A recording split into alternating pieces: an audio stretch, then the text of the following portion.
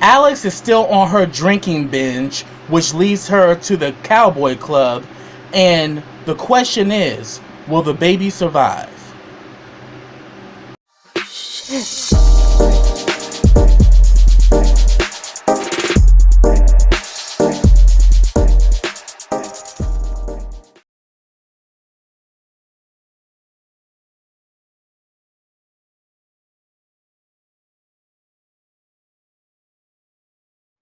Hey, what's up, everybody? Welcome back to KRSTV. This is your boy Kenny.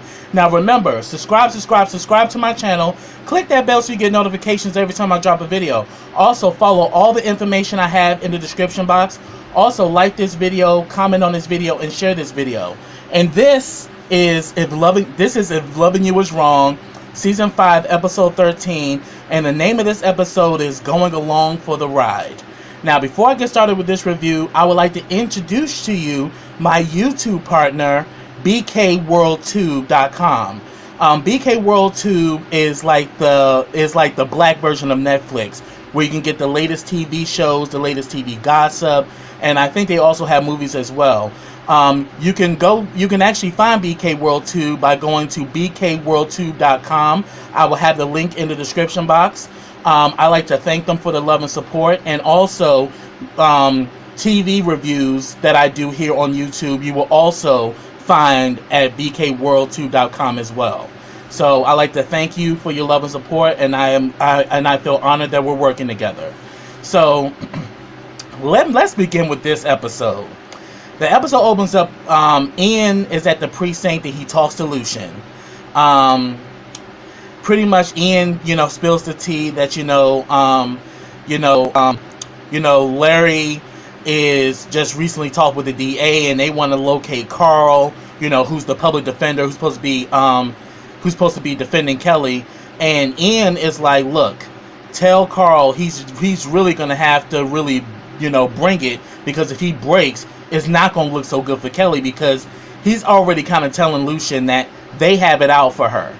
So he's kind of like speaking in code that Larry and the DA have it out to take Kelly down, and Carl is like their only hope that that Kelly could actually beat this murder charge. So they go back and forth about that, and then all of a sudden Lucian was like, "I need to talk to you, bruh." And he was like, "What about?" He's like, "We can wait for another time." And I'm like, "Oh, he's about to get on him about him and Alex." And sure enough, that's what he asked him. And then like at first, Ian denies it about him and Alex, and then he was like, "Why'd you ask though, Lucian?" And all of a sudden that fear that Alex had put him through the last episode when she was on that bullshit that you drugged me and raped me all came out. Like, did she file a complaint? I'm here to let you know, man. What we had was consensual sex. She came over to my house, she got drunk, we had sex, and then the next morning she started saying that I drugged her and raped her and all of that. And then Lucian's like, rape? Like, really? And then like, and he was like, so Ian's like, she didn't come in, and he was like, no, I'm shocked at you. I'm shocked. Like, no, she didn't come in at all. And then Ian was like, well, why did you ask me? And he was like, because you told me everything. I only had to say but so much, and you gave me everything I needed to know. But then he also lets it be known, like, well, how did you know about this? And he was like, I saw you, bruh. I saw the both of y'all, and trust me, from the position that Alice was in, she definitely know what she was doing. I'm like, there you go, Lucian. Like, let it be known. So then we go back to to Alex's house where Marcy and Brad are at. Marcy is telling Brad that, look, you need to re-talk to your lawyer, because what she's doing is abandonment. You should get full custody of the kids. And he was like, well, it looks that way. But then she says, I'm gonna call Larry. But then she tells him that she has to go to work. But she says, but I can stay with you and the baby, though. And he tells her she can go on and everything. And then they did have a conversation about the baby and saying that, I know this is not my child, but the baby is innocent. The baby doesn't deserve all of this. And I completely agree. I mean, Brad has a good heart, because remember when Alex, oh racist ass mama, jumped that baby in that crocodile water. It was Brad who swam to save that child. So it seemed to me the only person that really cares about this kid really is Brad and Marcy. You know, they're the only ones that showed this child any affection. Whereas Alex and Randall just been on some bullshit and just has done nothing but create hell and havoc for this newborn child. And it's crazy. So Marcy leaves, and as soon as she comes outside, guess what? Psycho Betty, aka Randall, starts in with his bullshit. And he's like, oh, so you and Brad are living over there in that place? She's like, yeah, we are. And everything is going to be great once we walk down the aisle. And then Randall's like, you will never walk down the aisle with him. And she's like, oh, is that a threat? He's like, it's a promise. And then he starts going in about her being barren and all that. I'm like, Randall, Psycho Betty, bruh, we just figured it out that the problem wasn't the fact that Marcy was barren. It's the fact that your soldiers don't march, bruh. You know, 1, 2. Like, that's all your soldiers are given, bruh. 1, 2. Like, cut the bullshit, bruh. You're the reason why she wasn't able to conceive, which is the same reason why Alex baby ain't yours either. Even though you was tearing her up in that shed, the soldiers had asthma and they didn't get very far. But yet you want to kind of talk about Marcy being barren, because I'm starting to believe that when Marcy got pregnant, that baby was Brad's. It wasn't Randall's at all. So yeah, but get down in the comments, let me know your thoughts on that. So they going back and forth, and then pretty much Marcy tells Randall that, look, me and Brad may actually raise the baby together. I mean, hell, Alex done walked off on the kids. She don't want nothing to do with them no more. She's, you know, getting her life, so to speak. So, you know, he's going to get custody of his kids and we'll raise the baby together.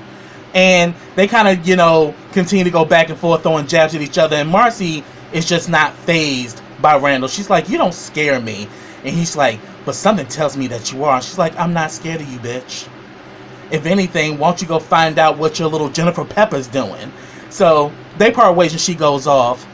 Then we go to the damn hospital, and Alex is there to see Dr. Roston. And I'm like, Alex, you done put this woman through so fucking much with your bullshit. And she comes there drunk as hell, asking for, you know, birth control pills, and then also wants to know how she can get her tubes tied, because she's done having babies. She left Brad and he's gonna have custody. And you know, Dr. Roston is concerned. She's like, are you okay? She's like, oh, I'm great. You know, I'll have my pills and everything will be fine. And shout out to public health, because Dr. Roston said that you being on birth control pills will not protect you from HIV and STIs. I was like, public health all day, baby. Don't forget that. You know, the same thing with people who are on PrEP. PrEP does prevent you from getting HIV, but it doesn't prevent you from getting STIs. So beware and protect yourself. So all of a sudden, Alex is just talking out her ass. So Dr. Roston decides to call Brad, and pretty much she was saying that, do you know that Alex is down here? Like, what's going on? And pretty much it's like, Alex is not herself. And then Brad was like, oh, the Alex you're seeing in there right now is the real Alex. Do you know that the whole time we were married, she was online dating different men? That's who she really is. And then pretty much he tells Dr. Roston, I don't want to deal with this bitch right now. And she goes back and gives her some samples. And then she's like, you know, she's like, oh yes, here we go. Now, I'm about to go out here and get my life and all of that. And then while she's walking out, she bumps into these two guys who are cowboys. And one of the guys was bruised because he was riding a bull, mechanical bull. And then they let her know about the cowboy bar. And she's like, oh, I might have to go try that out. And she's and like, of course, they kind of smitten with Alice because Alice is a slut. She's fair game. And she was like, hope to see you there, handsome. I'm like, Alice is really gone. Like, I'm really beginning to think Shout out to James Caldwell, because he called this out first, that Alex is probably schizophrenic, and I completely agree. So definitely check out Spill It Boy TV. He does great reviews of this show as well. All right, so then we get a scene with Larry and Ian. Larry wants to know, has Ian found Carl?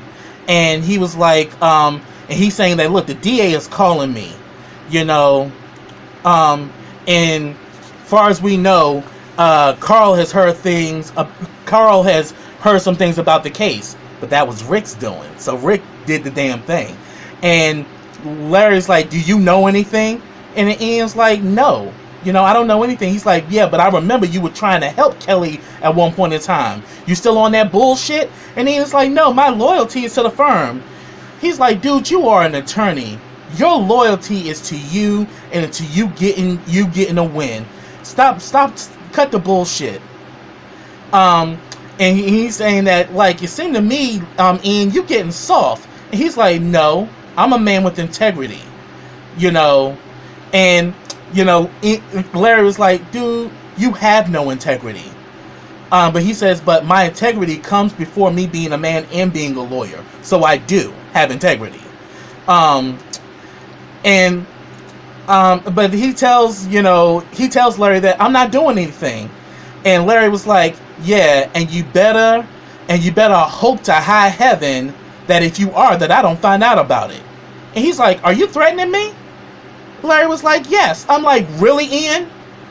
You already know how Larry is. You know Larry is evil as shit, and that he will do anything to keep this client, because the Kane family are his biggest clients.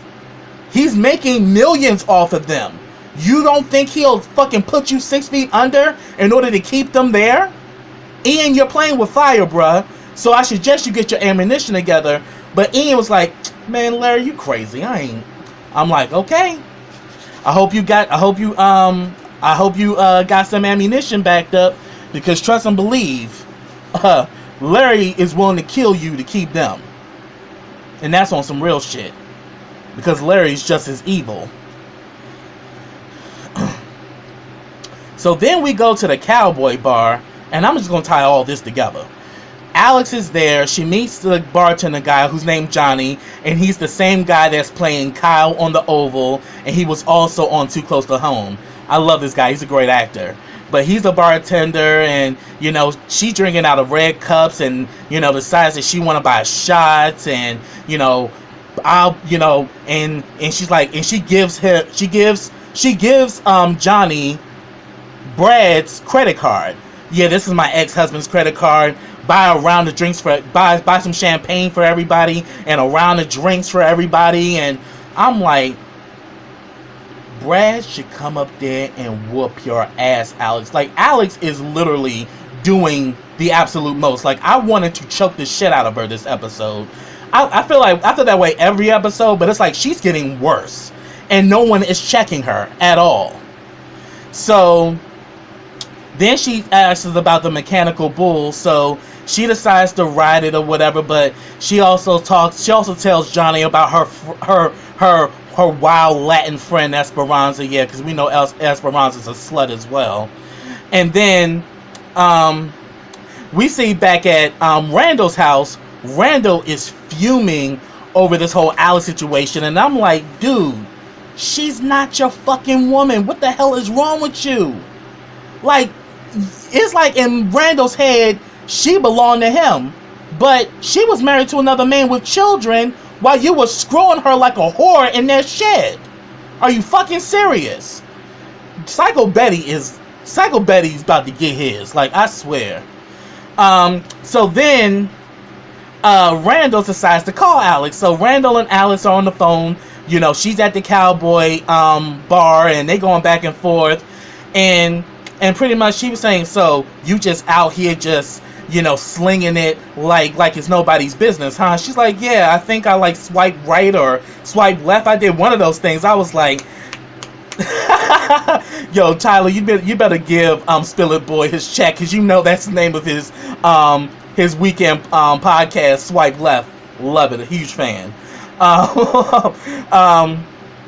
But then she starts talking some slick shit to Randall, saying that you need to get you a sling, and it's going to help you because your thing is crooked.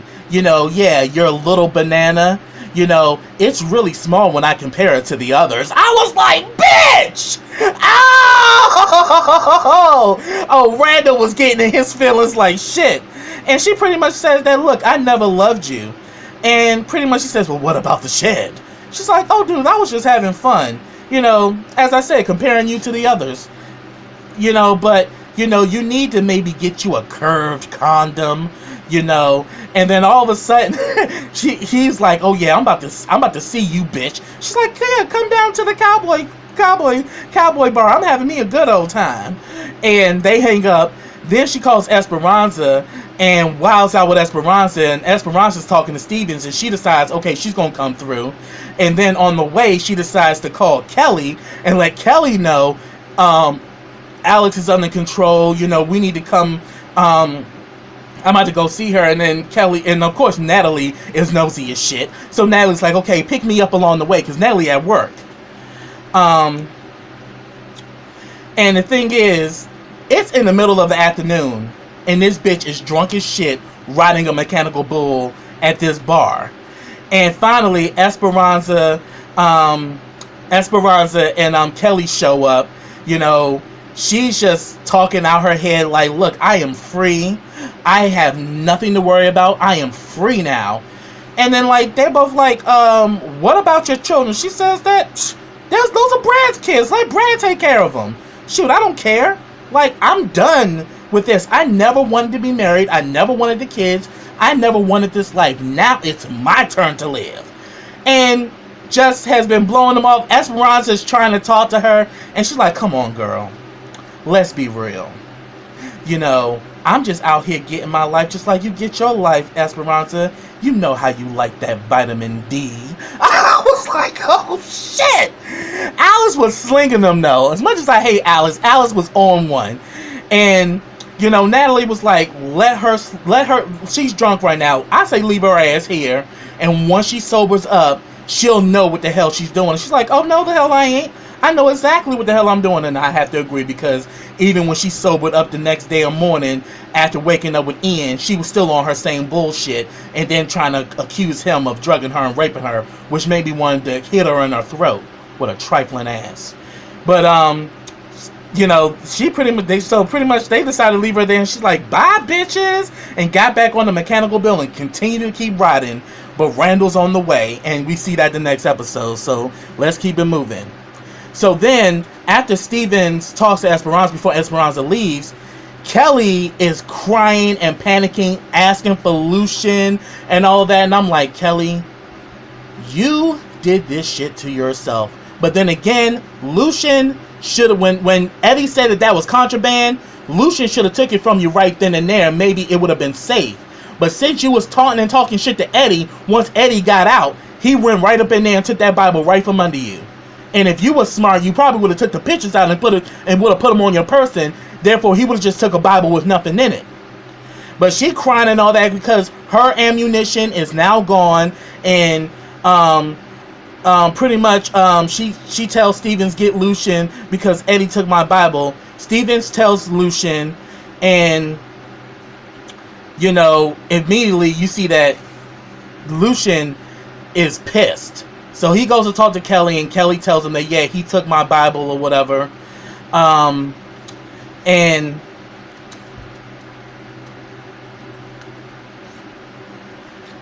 then, but before he goes to find Eddie, he talks to Ian, and he lets Ian know that, I found Carl. Carl was in court, but he'll meet us at the station later. So we got that going on. So then Lucian goes to confront Eddie, like, where the hell's the Bible, Eddie?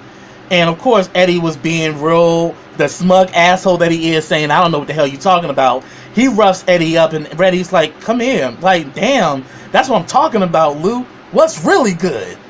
And he says, give me the Bible, Eddie, and cut the bullshit. So he gives him the Bible, and he's like, where's the stuff that was in it?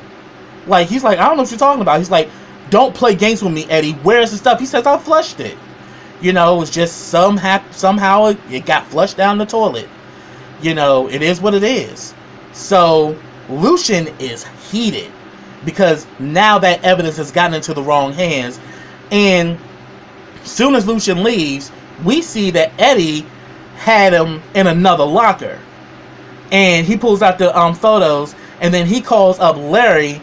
And, you know, while he's pretty much on the phone, you know, talking to the secretary at Larry's firm, he's like, yo, hook me up with sugar britches. And I'm like, are you serious? Yeah, get the fruit pop on the phone. And she's like, who are you talking about? He's like, bitch, you know exactly what I'm talking about. Put Larry on the phone. So he gets on the phone with Larry, and like, dude, she's like, the secretary talks to Larry, and she's like, this dude is really rude, and he says that you need to talk to him. And he's like, who is he? She says his name is Eddie. She's like, okay, put his ass through. And then he's like, hello, sunshine. Like, Larry is so fucking messy, and he pretty much says that, look, I got something for you, but I want $200,000 up front. I got some info about some women that may interest you. And he's like, okay, so now we see that he's going to use this evidence that was in Kelly's possession to get in big with Larry, because he knows Larry is the one that's going to be leading the case, you know, defending the what's the name of that the Kane family. So we got that going on. Then the last scene, we see that Brad calls Chelsea, the babysitter, you know, to see if he can watch if she's free to watch the kids after 3 p.m. And when we first saw Brad and Marcy, you know, when Marcy left, the baby started crying. All of a sudden, he went to go check to the baby wasn't breathing. So the question is the baby dead, or will the baby survive? We got to keep looking, because next week we see that Esperanza and Natalie damn near run him over, you know, and he's like, yeah, we need to get the baby some help. The baby's not breathing. And I'm like, this baby has been through so damn much. And I'm just saying, like, that damn Alex is trash, and I'm just so sick of her ass. But Alex needs to be put in a mental institution. She needs padded walls, and she needs a straitjacket, and I mean ASAP. So that's what I got, y'all. If I missed anything, get down in those comments. Let me know your thoughts. I'm so happy that If Loving You Was Wrong is back. I will be reviewing the show tonight. And I'm also happy that the Oval's coming back. So definitely look out for reviews from them too. So until next time, everybody, take care.